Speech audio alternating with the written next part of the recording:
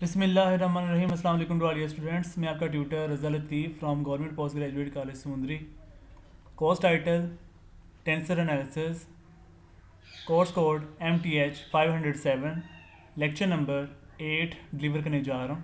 आज जो हमारा टेंसर एनालिसिस का लेक्चर नंबर 8 जो है, इसमें हम बहुत इंपॉर्टेंट एक थ्योरम को अंडरस्टैंड करने जा रहे हैं। इस थ्योरम का नेम है Levi Civita symbol in tensor analysis.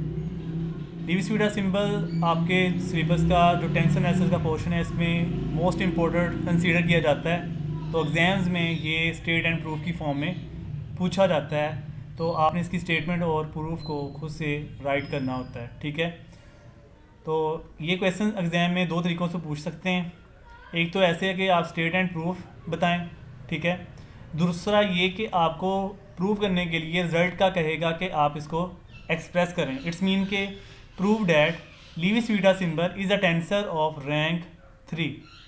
आपसे ये ऐसे भी डिमांड कर सकता है कि अगर लीवी-स्वीटा का सिंबल 3 आपसे पूछा जा रहा है, तब भी आपने इसको स्टेट एंड प्रूफ की बात को ही डिस्कस करना होगा, ठीक है। मतलब आपने स्टेटमेंट फिर से राइट करनी है। या फिर ये ऐसे भी पूछा जा सकता है कि आप एक रिज़ल्ट को प्रूव करें, यानी जो आपके पास ये मैं स्टेटमेंट में राइट करूँगा, तो वो बात आपसे डायरेक्टली प्रूव डैट की फॉर्म में या शो डैट की फॉर्म में एलैबोरेट कर सकता है, ठीक है। तो चलते हैं डियर स्टूडेंट्स इसकी स्टेटमेंट की तरफ। स्टेटमेंट कुछ इस अंदाज में है कि द लीवी-स्वीटा सिंबल एप्सिलॉन IJK, ये एप्सिलॉन है जो फिज़िक्स में भी बहुत ज़्यादा यूज़ होता है, ठीक है। ये वही यूज़ है और इसमें एप्सिलॉन का जो रिज़ल्ट है परमिटिविटी से भी बनता है। और इसमें जो भी हमें सिंबल्स यूज़ करने हैं वो इंडिसेस में होते हैं, या फिर आप ऐसे कह लें कि सब्सक्रिप्ट में लिखे जाते हैं किसी भी सिंबल के डाउनवर्ड में, ठीक है। IJK these are the 3 components of a Levi Civita epsilon, ठीक है, is a of the form. ये जो रिजल्ट दिया गया है इसको आपने एक्सप्रेस करना है, ठीक है। अब ये जो रिजल्ट है ये अगर आपसे डायरेक्टली पूछा जाए कि आप प्रूफ करें, तब भी आपने यही अंडरस्टैंड रखना है कि ये आपसे पूछा जा रहा है कि लीवी-स्वीटा सिंबल जो कि रैंक 3 के हवाले से है उसको प्रूफ करें, ठीक है। एप्सिलॉन डैश LMN इक्वल है A subscript IL, A subscript JM, A subscript KN, epsilon IJK। तो ये जो कंप्लीट रिजल्ट इस टाइम दिया गया है इसको आपने प्रूव करना है, और इसका जो रैंक आप लोगों ने शो करवाना है सभी स्टूडेंट्स ने, वो कुछ ऐसे है। And it will be show tensor of rank 3, ठीक है। यानी इसका जो रैंक है वो आपने 3 बनाना है, क्रिएट करना है। तो प्रूव करते हैं डियर स्टूडेंट्स। स्टेटमेंट है इसमें जो प्रूफ करने के लिए कि आपके पास बेसिस होते हैं कुछ ऑर्थोगोनल की फॉर्म में। जैसे हमने प्रीवियस लेक्चर में क्रॉनिकल डेल्टा जो रैंक 2 था उसको प्रूव किया, उसमें 2 हमने ऑर्थोगोनल बेसिस लिए थे और उनके लॉ ऑफ ट्रांसफॉर्मेशन को आपने बताया। लेकिन आज के लेक्चर में क्या है कि आपने 3 ऑर्थोगोनल बेसिस लेने हैं, उनके लॉ ऑफ ट्रांसफॉर्मेशन अप्लाई करने हैं, और उनके लॉ ऑफ ट्रांसफॉर्मेशन के अकॉर्डिंग आपने लीवी-स्वीटा को रैंक 3 में ले जाना है, ठीक है। तो इसके लिए हम अज्यूम करते हैं let E subscript I, E subscript J and E subscript K, these are the 3 orthogonal basis, ठीक है। EI, EJ and EK be 3 orthogonal basis with associated epsilon IJK, ठीक है।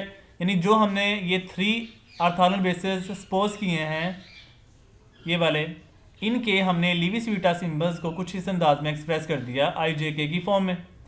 अब हमने इसके प्राइम्स लेके आने हैं। इट्स मीन कि हमने इसके लॉ ऑफ ट्रांसफॉर्मेशन के ऑर्थोगोनल्स वो भी यूज़ करने हैं। तो ये ले लेते हैं EL prime, EM prime and EN prime be the 3 orthogonal basis with associated epsilon LMN prime after applying law of transformation, ठीक है। यानी ये जो आपने प्राइम की फॉर्म में 3 ऑर्थोगोनल बेसिस लिए हैं, यानी EL prime, EM prime and EN prime, इसका आपने लीवी-स्वीटा सिंबल्स कुछ ऐसे राइट कर दिया है एप्सिलॉन LMN प्राइम की फॉर्म में। और ये कैसे क्रिएट हुआ है? After applying a law of transformation के लिहाज से। सही हो गया। अब नेक्स्ट हम अपने फर्दर अजम्पशंस की तरफ चलते हैं। फर्दर इसकी अजम्पशंस कुछ ऐसे है, then by the definition of law of transformation या law of Levi Civita symbols can be written as, ठीक है, यानी हमने डेफिनेशन अब यूज़ करनी है लीविस वीटा की। प्रीवियस लेक्चर में हमने ऐसे ही परफॉर्म जब ऑर्थोगोनल बेसिस लिए थे तो आपने डेफिनेशन यूज़ की थी क्रोनकर डेल्टा की, बट अब हम ले रहे हैं लीविस वीटा सिंबल। अब लीविस वीटा सिंबल की डेफिनेशन क्या है ये देख लेते हैं। लीविस वीटा का सिंबल आपके पास है एप्सिलॉन आई जे के, ठीक है। इस पर अब हम यूज़ करते हैं ऑर्थोगोनल की फॉर्म में ई I dot E J cross ई के। अब ये जो आपके पास इस तरह की वर्डिंग है, यानी ई आई ई जे और ई के, इसको आपने एक अरेंजमेंट में लिखना होता है, यानी ई आई के बाद ई जे हो फिर ई के हो, और इनका आपस में आता है डॉट एंड क्रॉस, ठीक है। ये डॉट क्रॉस आपस में इंटरचेंज हो सकते हैं, इट्स नो इशू, ठीक है। तो जो ई आई ई जे और ई के है, इनका आपस में डॉट क्रॉस का जो रिलेशन है वो इक्वल टू ज़ीरो होता है। कब ज़ीरो होता है? इफ़ आई जे एंड के आर साइक्लिक। जब ये साइक्लिक होगा तब आपके पास ये इस तरह की लैंग्वेज ज़ीरो क्रिएट कर रही है और ये आपके पास एप्सिलॉन सिंबल शो होता है। और अगर ये डिस्टर्ब हो जाए, यानी कि आई जे के आपस में डिस्टर्ब लिखें, इट्स मीन के ई जे डॉट ई आई क्रॉस ई के, अब इसमें जे और आई आपस में शफल हैं, यानी कि आई पहले की बजाय दूसरे पे चला गया और जे पहले की दूसरे की बजाय पहले पे है, यानी कि जे और आई आपस में इंटरचेंज हो गए हैं। इट्स मीन यहाँ पर जे आई डिस्टर्ब्ड है, यहाँ पर आई पहले होना चाहिए था, जे बाद में होना चाहिए था, लेकिन ये आपस में शफल है, ठीक है। तो इसके अकॉर्डिंग आपके पास इसका रिजल्ट क्या आया? 1। यानी कहने का मतलब ये है कि जब आपके पास ऑर्थोगोनल बेसिस का साइक्लिक होगा ना, आई जे के साइक्लिक में है, तो आपको आंसर 0 क्रिएट करेगा। अब नॉन साइक्लिक हो, यानी कि आपस में इंटरचेंजेबल हैं, तो आप उसको नॉन साइक्लिक में ले जाएंगे। If I J K and are non cyclic then आपके पास रिजल्ट 1 आएगा। इसी तरह इसकी प्राइम की फॉर्म में भी हम ले सकते हैं epsilon prime L M N E L prime dot E M prime cross E N prime equal to 0 होगा। ये 0 तब आना है जब ये साइक्लिक परमुटेशन में होगा, if L M and N are cyclic. और अगर ये नॉन साइक्लिक है, इट्स मीन कि एल एम एन आपस में डिस्टर्ब्ड हैं, यानी कि आपस में इनकी अरेंजमेंट आगे पीछे है, तो आपने उसका आंसर 1 क्रिएट करना है ऑर्थोगोनल बेसिस के लिहाज से। If L M N are non cyclic then answer will be 1। अब हम ऑनवर्ड अपने रिजल्ट को प्रूफ करते हैं।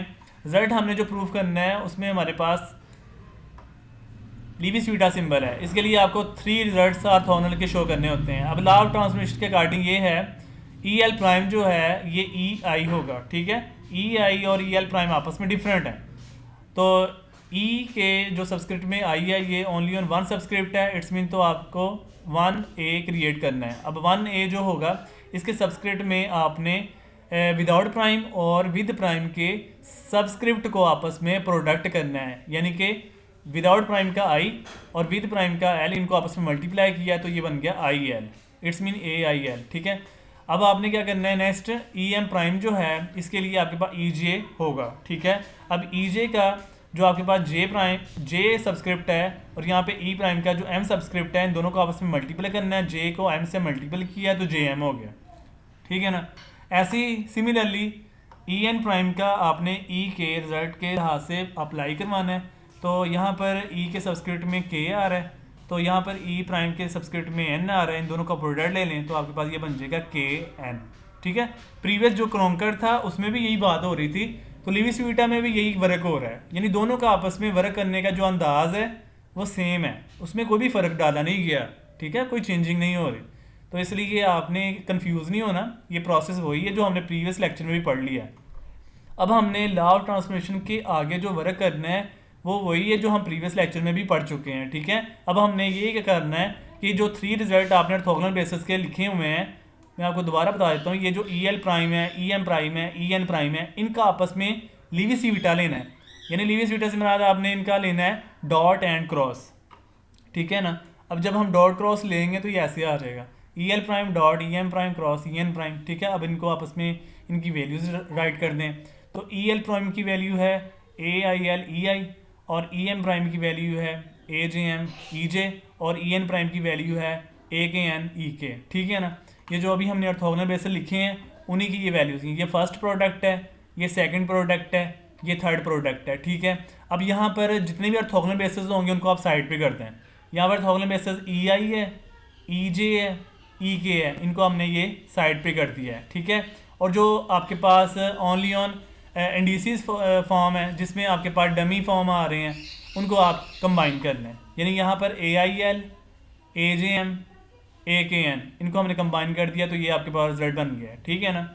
ये विदाउट ऑर्थोगोनल बेसिस हैं। ऑर्थोगोनल बेसिस के अलावा जितना रिजल्ट होगा उनको भी कंबाइन कर दिया हमने। अब हम ना इनको एक डेफिनेशन की फॉर्म देने लगे हैं।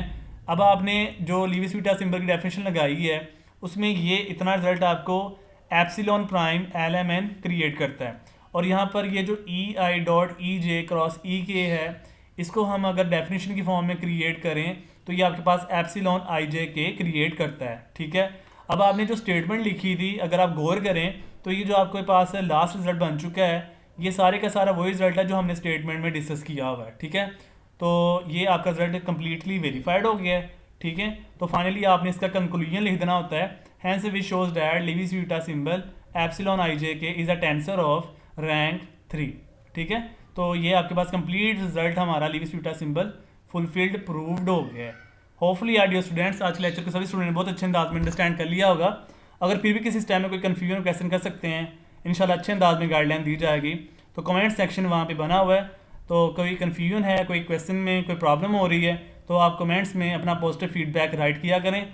इंशाल्लाह पॉजिटिव अंदाज में आपको इसका प्रॉपरली आंसर दिया जाएगा।